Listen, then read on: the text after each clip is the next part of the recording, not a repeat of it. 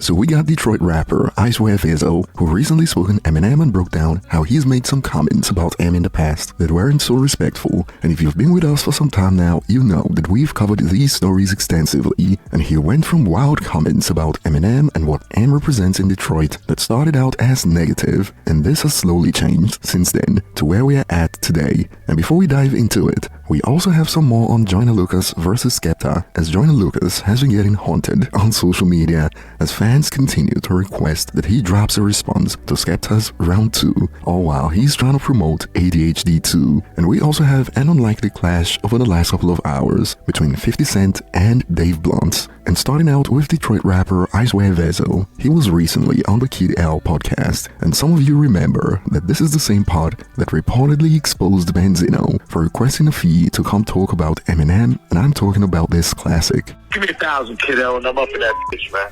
Look, I'm in that motherfucker, and we got 2 hours, and we gonna talk about everything. We gonna talk about Eminem, we gonna talk about Smack Dog, we gonna talk about everything, everybody. Nigga, well, say what you wanna do.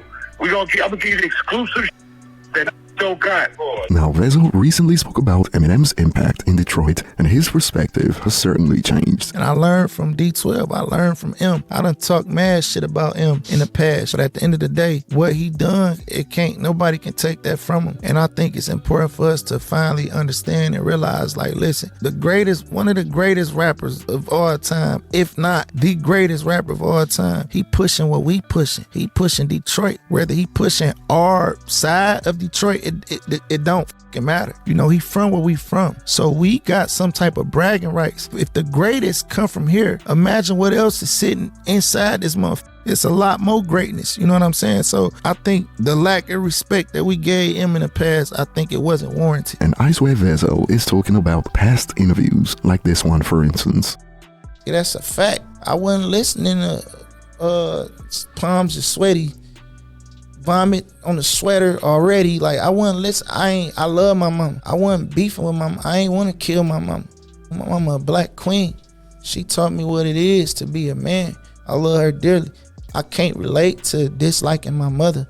I was listening to that I can relate to. And back on topic, he went into detail about how Eminem's contributions to the rap scene in Detroit is pretty much all around, and he brought up some examples. The lack of respect that we gave him in the past, I think it wasn't warranted. You know what I mean? I think the way that you've just broke that down real quick is so crazy, because a lot of people would be like, a few years ago it was different and now it's this, and it shows the transformation that you're able to say, you know what, maybe we weren't thinking the right way about something, or however your perspective changes. And I can speak for me. I don't feel like I was thinking the right way, because one of the main sentiments that for me, it was like, well, M ain't really helping our cause out, you know. But then I had to realize it, but if M ain't helping the Detroit cause out, how the do I know Royce 5'9"? How the do I know D12? How the do I know Obi Trice? How do I know Proof? How do I know so many Detroit?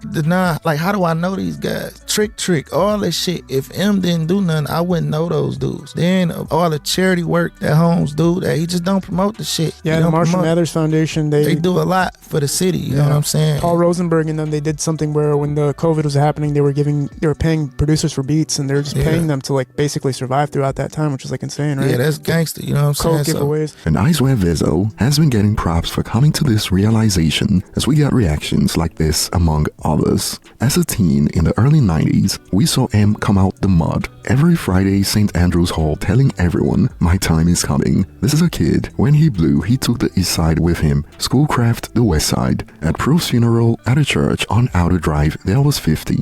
Raskaz, D12, and of course M, all standing outside. Also, he gave me and the city a job as an extra on the movie 8 Mile. M being in the hood, he is good. And we got more on the Marshall Mathers Foundation. Through the Marshall Mathers Foundation, he helped out most Detroit communities more than any other rappers in the city, plus numerous occasions of anonymous donations being uncovered. He brought with him 5 Detroit guys to Interscope, including helping out guys like Obi, and he brought Royce to sign with Dre. I'm sure it is fair to criticize him for not uplifting the current generation to a certain extent, but it is possible to do that without being disrespectful. Now, of course, a lot happened before Vezzo got to this point. It was a slow walk. talk, and he even contradicted himself one time after claiming he didn't listen to Eminem in a previous interview when we got this later. As a fan, I love Eminem music. I grew up listening to Eminem when I was a shorty, and I got real love for Royce. Like, one thing about Royce, he always show us love. He always support us.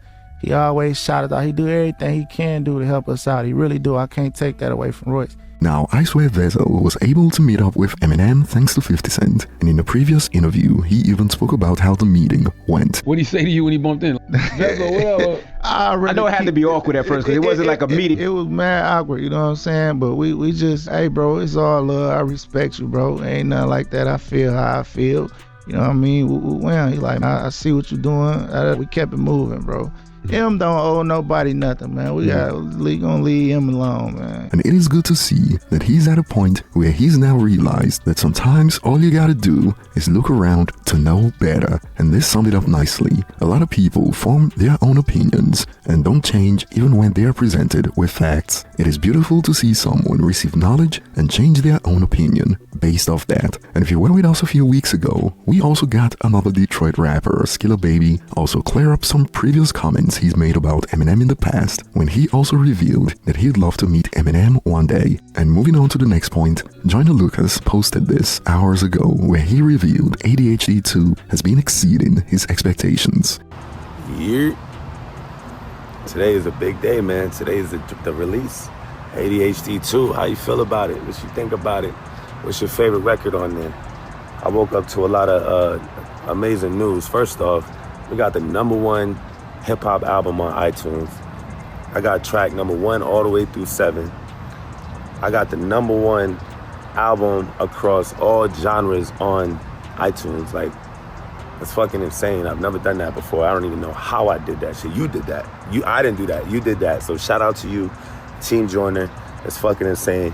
The amount of love that I'm getting on this album versus the last one and all the other ones is crazy. Like, I don't know what's happening in the universe right now, but for some reason, the numbers that I'm seeing on this shit compared to my other shit is night and day. And you gotta remember, I'm doing this shit as an independent artist. I'm not signed to a label. I don't have the machine. I don't got the little special tricks and shit niggas got, the buttons and niggas push to do. It's just me and you. You feel me? Me and the support from the fans. So shout out to y'all. The album, you guys can go get it in the stores today. If you wanna walk in that bitch and go cop it. I'ma go get me a couple shit. And I do wanna say I appreciate every single person out there who has been bumping, has been fucking with it. Thank you so much. What is your favorite song on the album? That's what I wanna know. And this was flooded with responses about the current battle with Skepta, as some fans are now crediting Skepta for making ADHD 2 do numbers. Nah, bro, you didn't do it, we didn't do it, Skepta done it, so thank him. But to be honest, Skepta's diss tracks round 2 didn't do enough numbers for Skepta to take all the credit. I mean, Nobody Cares still got more views than round 2 and Friendly Fire combined. But that hasn't stopped those in Skepta's corner from taking all the credit. Bro currently beefing with one of the biggest UK artists and confused why his album now is doing better than the ones before.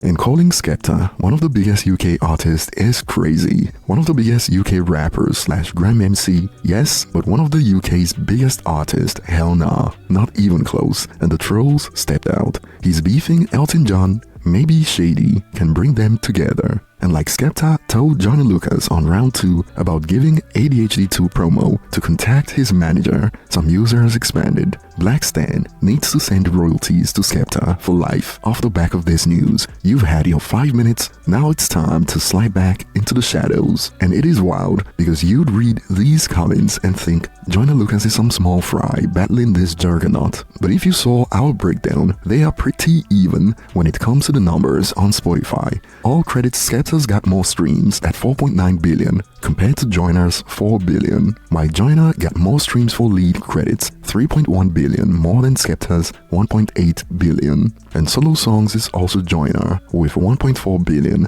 compared to Skepta's 707 million streams. And this was also a recurrent question for Joyner Lucas. Bro, I know you just dropped your album, but aren't you gonna answer that dude from the United Kingdom and his latest song? And Joyner's social media is gonna be haunted with these questions until we get a response to round 2. And I'll be looking forward to your thoughts on who is winning right now. I gave round 1 to Joyner, and no response to round 2 would mean Joyner Lucas forfeits this round. And moving on, we got an unlikely clash, as we got a back and forth between 50 Cent and Dave Blunt, and it seems a diss track could be on the way. And I don't know how this started. Perhaps this was over 50 trolling Ye, I don't know, but 50 posted this hours ago. Ye, this young man's, if I catch him, I'm pushing him down the stairs, thinking emoji. And while this sparked reactions like, you damn sure ain't pushing him up the stairs, 50 Cent also posted this video and added the caption, oh crap yo, Ye they got me.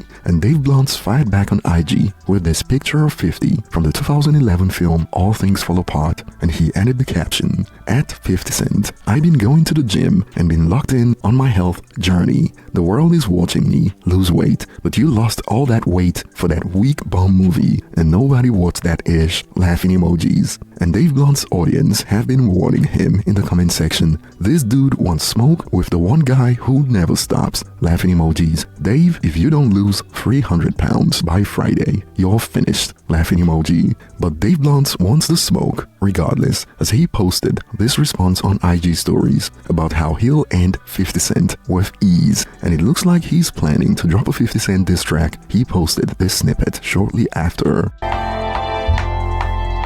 Yes sir, that shit fire. Yes sir. Put these old niggas in their place. Put these old niggas in the ground.